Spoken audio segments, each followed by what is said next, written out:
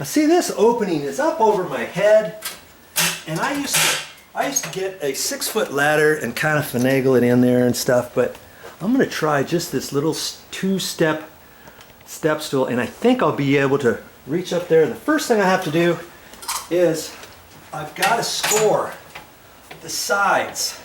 Okay, actually, I guess I could take these screws out first. There's some mounting screws up here. I guess I'll do that first. Then that'll help me score all this on the outside. This is all the caulking that you do because you don't want to let the air in and all that. So I've got to do that. So the first thing first, I've got to undo the screws. This is such a beautiful machine right here. I just got it. Nothing like using a new tool. It's almost like you've got to find something that needs to be done so that you can use your tool.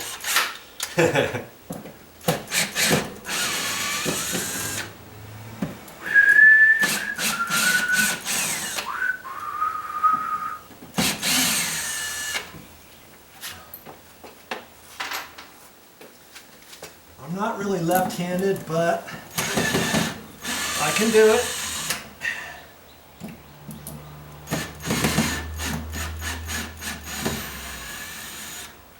Okay, that's the only thing that keeps this mounted.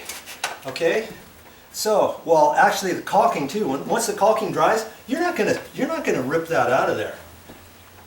You know. So the next thing, what are we gonna do? We're gonna cut the caulking, and I'm going to use a sharp sheetrock knife. I always like the retractable ones because then it's less dangerous.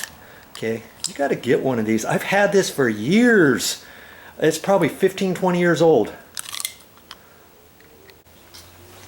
You know, on my channel, I think I've made a video of how to take one of these out before. All you got to do is find it. Okay, just score it and keep scoring, and then I can kind of pull down on this, and that kind of helps me. And I start from the end here and come back. In fact, why am I doing this without my gloves on? Don't work without your gloves on. And I have some eye goggles. I'm not sure if I really need those. When I score caulking, I want to go from the outside edge over, and then from the outside edge over. You don't want to keep going, then you miss. You go this way and you miss, and then straight across your trim or something.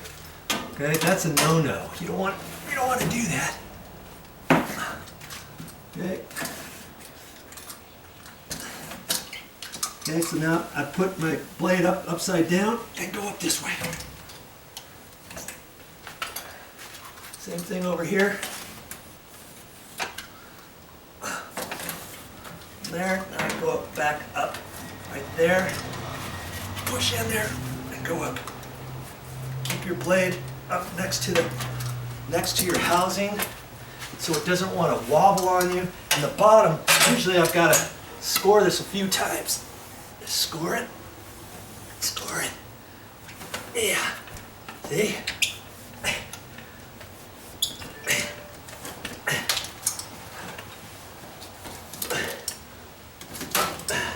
There. Okay. Okay.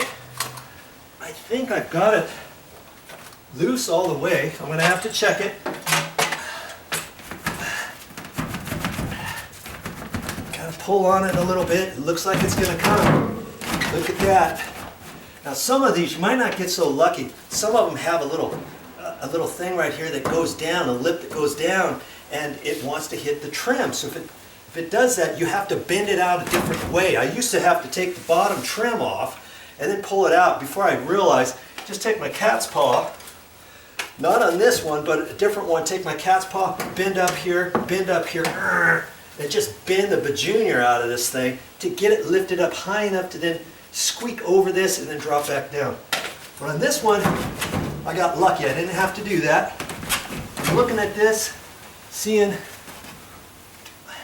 I don't think there's any other screws in it. It should come out. Just keep walking in here. And I always pull them inside the room. That way if I'm on a second story or something, it's easier for me to do that instead of pushing it out. But you can push it out if you want. If you got somebody helping you, let's say.